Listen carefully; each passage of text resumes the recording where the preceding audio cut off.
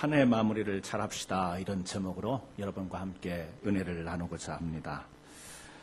우리가 시작하는 것도 중요하지만 어떻게 마무리를 하는가, 이것은 더 중요한 문제라고 생각을 합니다.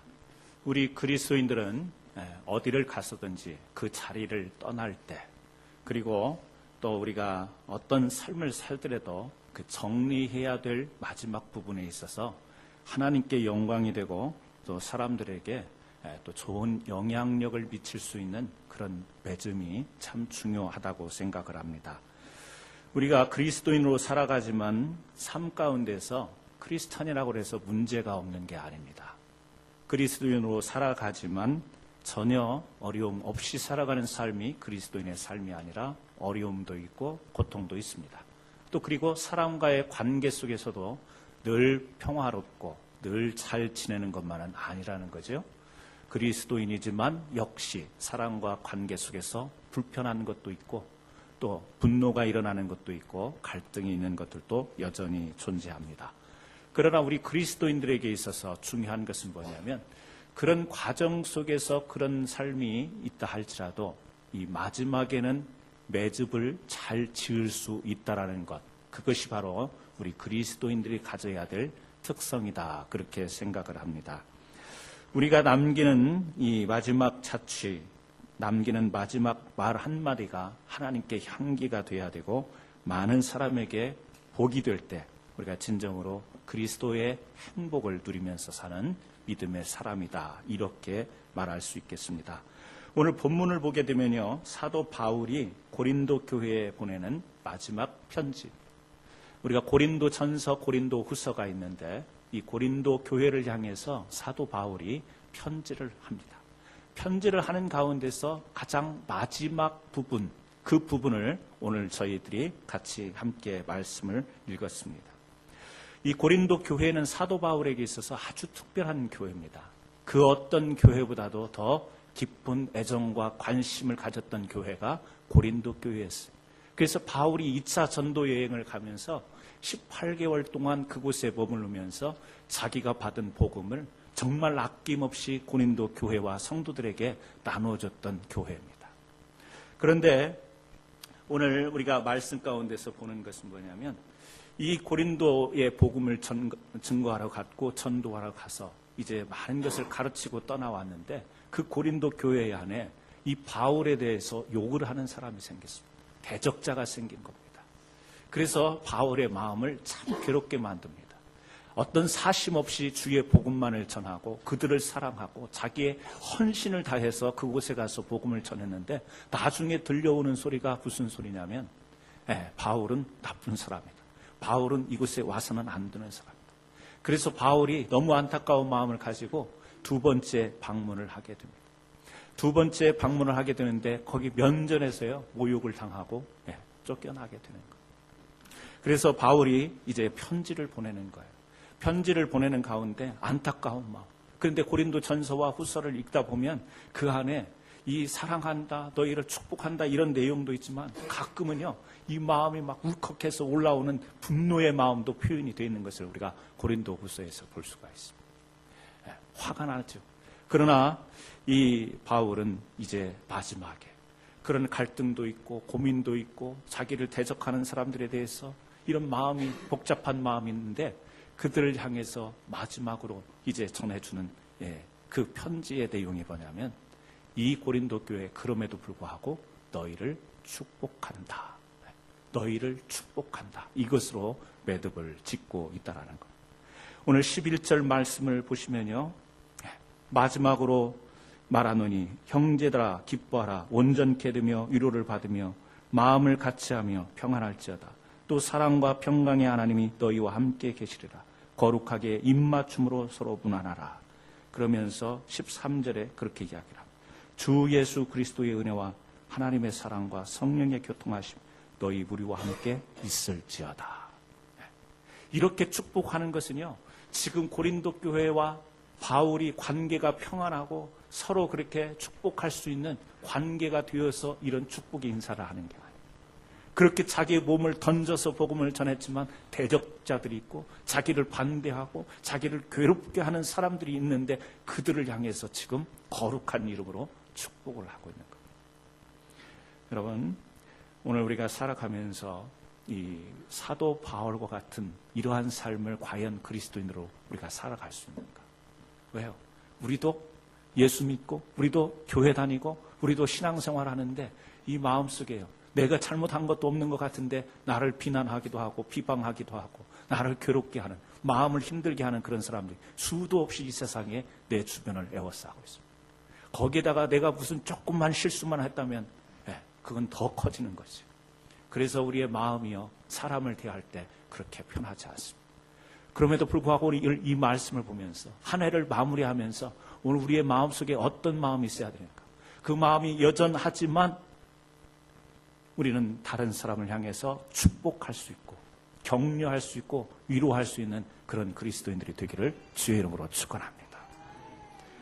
우리의 인사 한마디, 우리의 축복 한마디, 우리의 격려 한마디, 사람이요, 말을 해도 그것이 온전하게 전달이 안 되는 때가 있어요.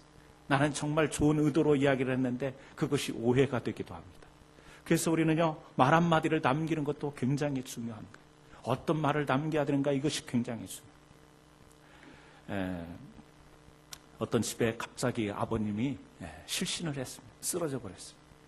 근데 그 큰아들과 작은아들이 그 아버지가 쓰러지는 걸 보고 너무 급한 겁니다. 그래서 쓰러진 아버지를 막 몸을 흔들어 봅니다. 깨어나시라고. 근데 깨어나지 않으니까 그 큰아들이 작은아들에게 너 빨리 가서 앰뷸런스 좀 연락해서 불러오라고. 그래서 작은아들이 갔습니다. 큰아들은요, 계속 아버지 몸을 흔들면서 깨워요. 그래도 정신이 돌아오지 않습니다. 너무 급한 거예요. 마음이 답답한 겁니다. 아버지를 계속 흔들면서. 그런데 지금 앰뷸런스 불러오라고 간 동생이 안 오니까 형이 너무 답답해가지고 이놈이 죽은 거야 사는 거야. 근데 아버지가 그때 마침 정신이 딱 돌아온 거예요. 자기 몸을 흔들고 하는 말이 뭐예요? 이놈이 죽은 거야 사는 거야. 그래서 거기에서 놀래갖고 돌아가셨다는 거예요. 그냥 나온 이야기겠죠. 설마 그런 사실이 있겠어요? 그런데요, 말이라는 게 그렇다라는 거예요. 어떤 타이밍도 그렇고, 분명히 아들 그 동생을 향해서 아버지를 구하기 위해서 급한 마음에 얘가 빨리 오냐 안 오냐 이 말을 했는데 왜 하필이면 그때 정신이 돌아가지고 들은 말이 아버지가 자기 아들이 자기를 막 몸을 붙잡고 흔들면서 이놈이 죽은 거야 사는 거야. 그러니 얼마나 놀라겠어. 여러분, 우리가 말 한마디지만 그것이 굉장한 오해를 할 수 있고 말 한마디지만 그것이 생명을 살릴 수 있는 줄로 믿습니다. 그래서 오늘 저는 이 한 해를 마지막을 정리하는 이때에 여러분들 입술 속에서 사람을 격려하고 위로하고 축복하고 생명을 살리는 그 입술의 선포가 있기를 주의 이름으로 축원합니다. 바울과 같이 주 예수 그리스도의 은혜와 하나님 아버지의 사랑하심과 성령의 교통하심이 너희에게 있을지어다. 이게 이 땅에서 최상의 축복의 인사라고 하는 사실입니다. 그래서 오늘날 교회에서 예배를 마칠 때 우리 목사님들이 축복 기도할 때 이 말씀을 근간으로 해서 우리가 축도를 하지 않습니까? 최상의 축복된 기도. 여러분, 바울은요, 이제 자기를 그렇게 복음을 전하고 정말 예수 그리스도로 구원받기를 원하는 고린도 교회를 향해서 복음을 전했는데 그렇게 문제를 일으키고 대적하는 사람들을 향해서 오늘 어떤 말씀을 주십니까? 오늘 첫 번째 보니까 5절 말씀에 그렇게 이야기를 합니다. 13장 5절 말씀에 너희가 믿음에 있는가? 너희 자신을 시험하고 너희 자신을 확증하라. 예수 그리스도께서 너희 안에 계신 줄을 너희가 스스로 알지 못하느냐? 그렇지 않으면 너희가 버리운 자니라.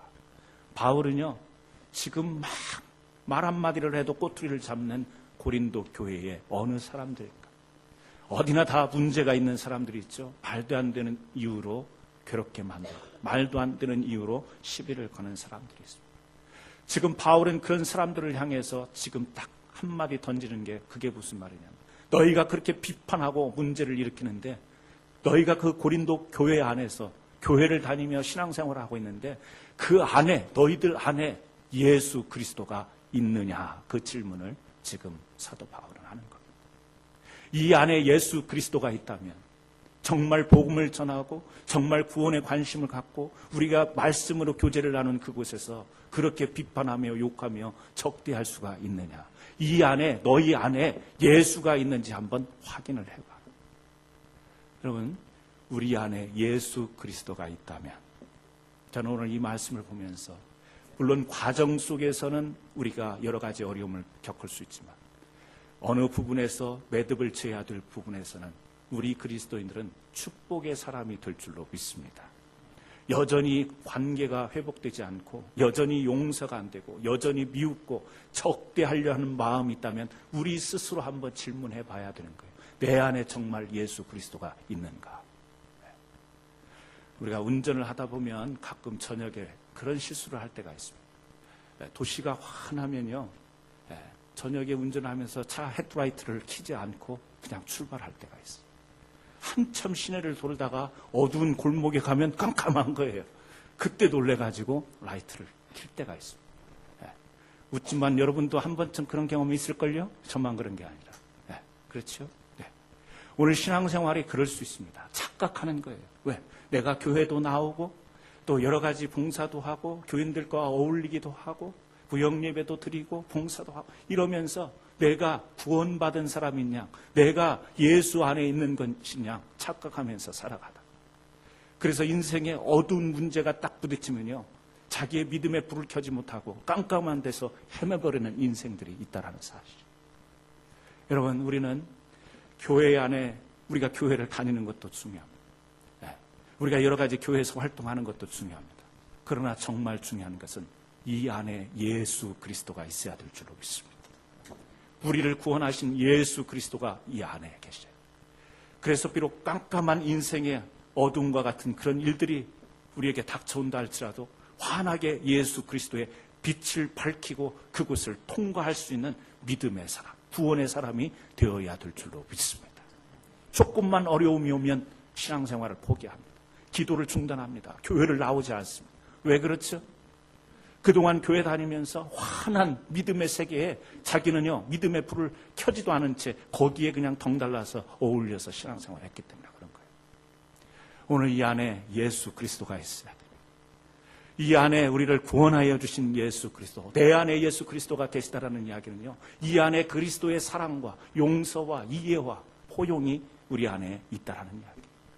그래서 예수님도 고통받으셨고 고난받으셨고 힘드셨어요. 그러나 어떻게 하시죠? 십자가에 매달리면서 내가 다 이루었다. 이 말씀은 뭐예요? 이 땅의 모든 죄악의 일, 십자가에 못 박은 로마 병사들까지 다 포함해서 다 이뤘다. 이것은 뭐예요? 그들을 용서하시고 사랑하시고 구원을 이루시는 하나님의 축복. 그것이 바로 다 이루었다. 이 말씀이었습니다. 오늘 예수가 우리 안에 있는 사람들에게는요, 매듭을 질 줄 압니다. 마무리를 할 줄 알아요. 어떻게 해요? 그의 사랑으로. 그 주님의 사랑과 용서하심과 주님의 축복하심으로 우리가 사람들을 이해하고 용서하고 축복할 수 있는 줄로 믿습니다. 오늘 저와 여러분이 오늘 한 해를 마감하면서 정말 다른 사람을 향해서 맞다. 저 사람에게는, 저 왼수 같은 사람에게는 그 안에 예수가 없는가 보다. 이 말을 하라는 게 아니고 내 자신부터가 내 안에 예수가 있는가. 그래서 그렇게 징그럽도록 미웃고 용서가 안 되고 화가 나고 분노가 치밀어 오르는데 오늘 한 해를 마무리하는 이 예배를 드리면서 하나님, 내가 그런 분노가 지금까지 있고 내가 지금까지 그런 괴로움이 있는데 정말 내 안에 예수가 계십니까? 우리 스스로에게 질문을 해보자라는 거죠. 나 스스로에게 한번 질문을 해보자라는. 그 예수가 있는가? 그 예수가 임하고 거할 때 여러분 그동안에 있던 모든 것들이 다 녹아 흐르게 될 줄로 믿습니다. 그와 같은 주님의 임재가 이 시간에 있기를 주의 이름으로 축원합니다. 두 번째는 우리가 정말 마지막을 아름답게 장식하는 삶을 살기 위해서는 건강한 열망이 필요합니다. 건강한 열망. 여러분, 건강한 열망이라는 말은요, 상대방을 사랑하고 축복하는 열망입니다. 오늘 13절 9절 말씀에 사도 바울은 그렇게 이야기를 합니다. 우리가 약할 때에 너희의 강한 것을 기뻐하고 이것을 위하여 구하니 곧 너희의 온전하게 되는 것이라. 무슨 말이죠? 당신을 강하게 할 수 있다면 나는 약자가 되어도 좋다라는 이야기. 당신이 진실로 성숙한 그리스도인이 된 것이 바로 나의 열망이다. 이러기 때문에 사도가 됐겠죠. 이러기 때문에 복음을 증거하는 자가 되었겠지만 오늘 사도만이 이래야 됩니까? 오늘 복음 전하는 자만 이래야 되는 거예요? 아니죠. 우리 모든 그리스도 안에 거하는 모든 자들이 정말 당신이 하나님의 은혜 가운데서 강하게 될 수 있다면 나는 섬길 수 있겠습니다. 나는 약자가 될 수 있을 각오가 되어 있습니다. 이런 고백이 우리에게 있다면 여러분, 우리가 세상을 왜 변화시키지 못할까요?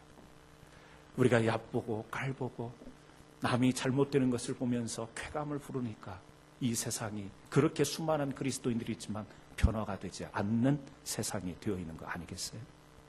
다른 사람이 정말 주님 앞에서 영광이 된다면 그 영광 가운데 나는 떠받치는 사람이 되겠다.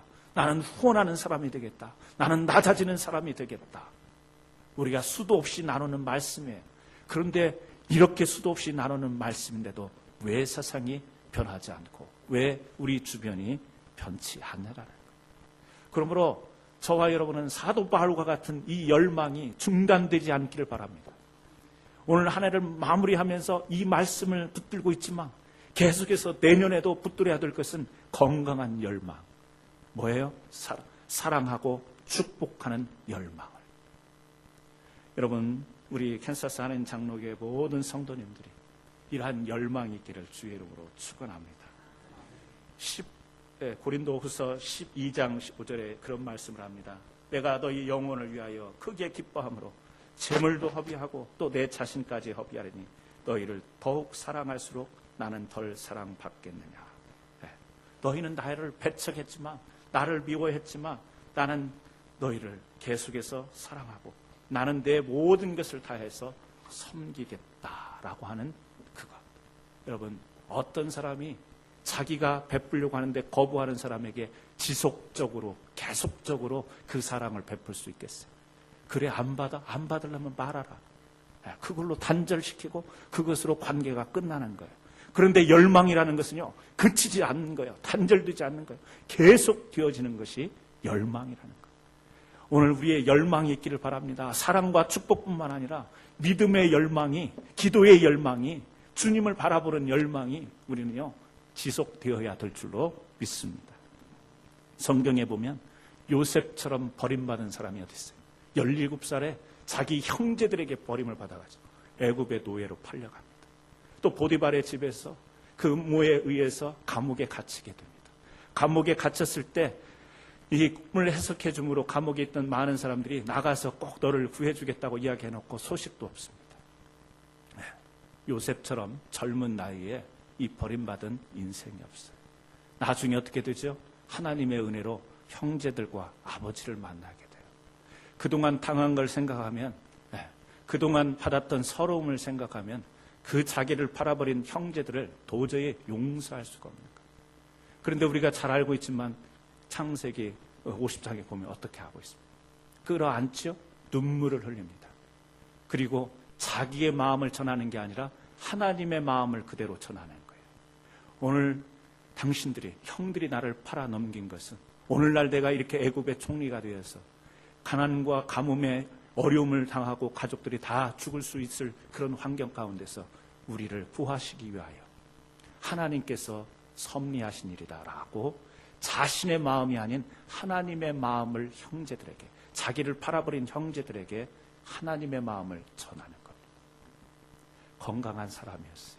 그건 건강한 사람이 아니고서는 그렇게 할 수 없어요. 여러분, 건강이라는 말의 의미는 두 가지로 이야기할 수 있어요.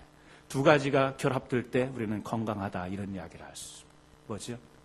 육신을 가지고 있기 때문에 우리가 육신의 삶을 살아가는데 육신으로는요 건전한 삶을 살 때 건강할 수 있습니다. 영을 또 가지고 살아가기 때문에, 영적인 존재이기 때문에 영으로는 신령한 삶을 살아갈 때, 추구할 때 우리가 건강한 사람이 될 수 있는 거예요. 건강이라는 말 속에는 육신적으로는 건전과 영적으로는 신령, 이 두 가지가 결합이 되어서 우리가 건강하다, 이렇게 이야기할 수 있습니다. 요셉은요 건강한 사람이었어요. 그래서 형제들을 품고 용서할 수 있어요. 요셉이 육신적으로 죄를 범합니까? 아니죠. 건전했어요. 유혹을 하고 자기를 넘어뜨리려고 하는 그 유혹 앞에서도 하나님의 말씀을 지키면서 육신적으로도 범죄하지 않습니다. 도덕적으로, 윤리적으로 범죄하지 않습니다. 건전하게 살아간 거예요.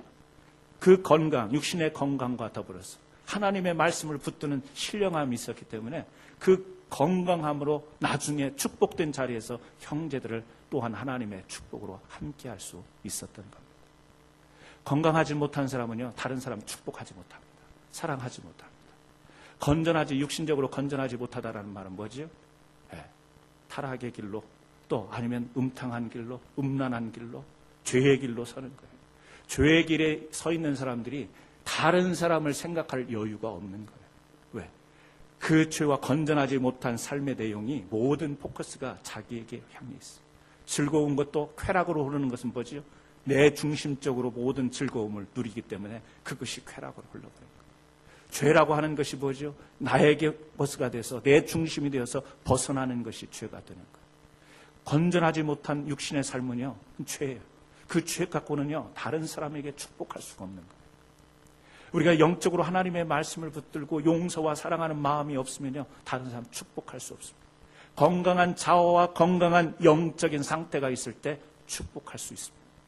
그러므로 오늘 살아가는 성도 여러분, 오늘 저와 여러분에게 하나님께서 주시는 이와 같은 사랑과 축복에 대한 열망을 우리가 품어야 되는데, 그것은 내가 그렇게 해야지 해서 되는 게 아니라, 내가 저 사람을 사랑해야지 말로 선포하는 것으로 그치는 게 아니라, 내 삶이 건전하고 내 삶이 신령하면서 건강을 이룰 때 진정한 축복과 진정한 사랑과 용서를 이룰 수 있는 겁니다.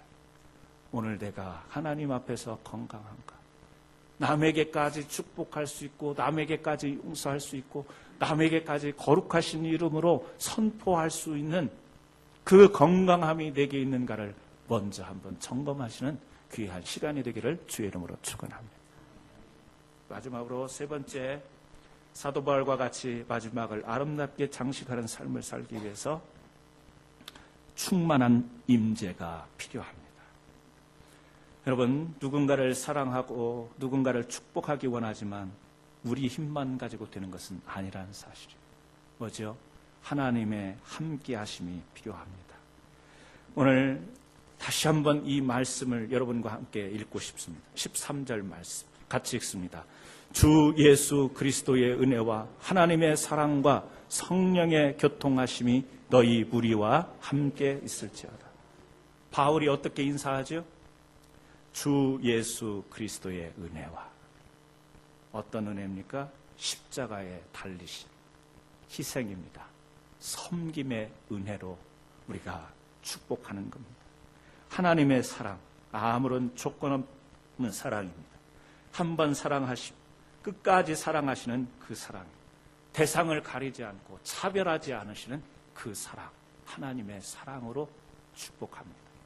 그리고 성령의 교통하심, 우리가 연약할 때 찾아오셔서 위로해 주시고 만져주시는 그와 같은 하나님의 삼위일체, 아버지와 아들과 성령, 그의 거룩하신 이름으로 축복하는 거예요. 자기를 대적한 사람, 자기를 대적했던 고린도 교회의 일부 사람들을 향해서 이와 같은 축복, 이와 같은 사랑의 인사를 나누는 것을 볼 수가 있습니다.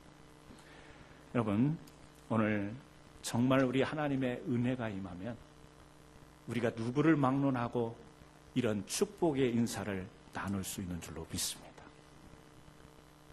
저는 한 해를 마감하면서 정말 하나님의 은혜가 있어서, 물론 사람에게도 그렇게 하는 것이지만 어떻게 보면 사도 바울은 고린도 교회의 일부 문제 있는 사람을 향해서 이렇게 인사한 게 아니라 자신에게 임하시는 하나님께 감사의 고백과 같은 그런 축복의 인사가 아니었나, 그렇게 생각합니다. 여러분이 정말 하나님께 마음이 열려있고 주님께서 여러분 마음 안에 계시다면 이와 같은 축복의 인사가 여러분의 삶과 저의 삶에 있어야 된다고 생각을 합니다. 근육 무기력증에 걸린 한 형제가 있었습니다. 우리 한국 사람입니다. 근육의 단백질이 다 소실되어서 힘이 없어서 나중에는 앉지도 못합니다. 그래서 앞으로 꼬꾸라져서 이렇게 엎드려서 생활하는 그 형제가 있었습니다. 결혼도 하지 않은 젊은 형제였습니다. 그런데 가정에 설상가상으로 아버지가 교통사고로 누워 계시고 어머니는 다리를 다쳐서 장애자로 사는 참 어려운 가정의 형편에 놓인 집에서 근육무력증, 이제 현대의학으로는 고칠 수 없는 사망 진단을 받은 형제였어요. 그런데 이 청년이 이제 교회에 전도를 받아서 교회 나가기 시작합니다. 자신의 병이 고통스럽긴 하지만 하루하루 이 삶 가운데 다시 얼굴이 환해지고 웃음이 있습니다. 한 번은 청년들이 수련회를 가는데 같이 도움을 받아서 어렵지만 따라갑니다. 바닷가에 가서 함께 어울리는 가운데 그곳에서 세례도 받습니다. 그리고 돌아와서 이제 한 달쯤 되었을 때 세상을 떠나게 되죠. 세상을 떠나게 됐을 때 장례식이 끝난 뒤에 그의 어머니가 울면서 이제 그런 이야기를 합니다. 아들이 죽기 전에 며칠 전에 그렇게 자기를 졸라대면서 병원에 가자 그렇게 계속해서 졸르더라는 거예요. 그래서 가정 형편도 좋지 못하고 지금 너무너무 어렵고 그런 형편이고 또 병원에 가봤자 아무 소용도 없는 그런 병이기 때문에 이제 사형 선고를 받은 병이기 때문에 병원에 가도 이게 현대의학으로는 안 되는 거 알지 않냐고 어머니가 이야기를 했다라는 거예요. 그런데도 아들이 계속해서 졸르더라는 거예요. 그래서 할 수 없이 병원을 한번 다녀왔다라는 겁니다. 그런데 그 어머니가 이 형제가 죽고 난 뒤에 유품을 발견했는데 그 유품 가운데에서 자신이 죽으면 장기를 기증하겠다라고 하는 그 사인한 서류가 발견된 거예요. 어머니가 그것을 이제 발견하게 된 겁니다. 그리고 그 서류 밑에 그렇게 간단하게 글이 써 있더라는 거예요. 뭐라고 그 형제가 그 자기 장기를 기증하겠다고 한 서류 밑에 썼냐면, 사랑하는 주님, 주님과 함께한 시간이 너무나 행복했습니다. 나에게 이 구원의 축복을 허락하신 주님께 나의 시간도 드리고 삶도 드리고 싶지만 내가 가진 것이 이 몸밖에 없기에 이 불구한 몸을 주님께 드립니다. 서류 밑에요. 그렇게 써놨더라. 여러분, 이 형제의 인생이 여러분이 생각할 때 불행하다고 생각하세요? 저는 그렇게 생각하지 않습니다. 그토록 많은 축복을 받고 건강을 가지고 물질을 가지고 있는데도 불구하고 행복하다고 느끼지 못하는 사람들이 얼마나 이 세상에 수없이 많은지 몰라요. 참된 행복은 육체의 건강에 있지 않는 것 같습니다. 참된 행복이라는 것이 내게 처해 있는 어떤 환경에 있다라고 생각하지 않습니다. 내가 얼마나 부를 많이 축적했는가, 내가 얼마나 많은 물질을 가졌는가, 그 양에 있는 것이 아니라 예수 만난 자가 행복한 줄 믿으시기를 바랍니다. 주님 안에서 참 소망을 가진 자, 행복한 자. 나의 육신은 힘들지라도 내 안에 예수께서 임재하시면 이미 천국이 내게 임했고 우리가 이 천국의 복을 누리고 살아가는 사람이에요. 나 하나 챙기기도 힘든데 어떻게 남을 축복하고 어떻게 남의 사정을 헤아리고 나에게 해코지라고 나에게 힘들게 했던 그 사람을 용서할 만한 여유가 없다라고 우리가 그렇게 생각하며 살아갈지 모르는데, 오늘 예수가 임한 자는, 예수가 우리 안에 있는 자들은 여러분 베풀고 나의 지극히 작은 것까지도 내어놓고 섬길 수 있게 되는 줄로 믿습니다. 그런 사람이 예수 안에 참 행복자가 되는 거예요. 저는 2013년도 12월 마지막 주 이 예배를 드리면서 여러분들이 다 행복했으면 좋겠습니다. 다 행복한 자들이 되었으면 좋겠어요. 그 행복은요, 정신적인 게 아니라 육신에 머무르는 게 아니라 예수가 임할 때 우리 마음에 변화가 있고 우리 변화된 마음 가운데 내가 손을 펼칠 수 있는 이 행함이 있을 때 진정한 행복자가 되는 줄로 믿습니다. 오늘 우리 찬송 405장 결심 찬송 부르신 뒤에 잠깐이지만 우리 같이 함께 기도했으면 좋겠습니다. 여러분 사시면서 오늘 또 내 마음에 걸리는 분들이 있다면 주님, 사도 바울과 같은 축복의 기도를 드리기 원합니다. 축복을 하고 싶습니다. 아무개 밉습니다. 아무개 마음에 걸립니다. 그러나 주 예수 그리스도의 이름, 하나님 아버지의 사랑하심, 성령의 교통함으로 너에게 축복이 있을지어다. 이렇게 한번 마음속으로 누군가를 생각하면서 그렇게 기도하시며 여러분들이 행복으로 나가기를 주의 이름으로 축원합니다. 405장 부르신 뒤에 우리 잠깐 한번 기도하도록 하겠습니다.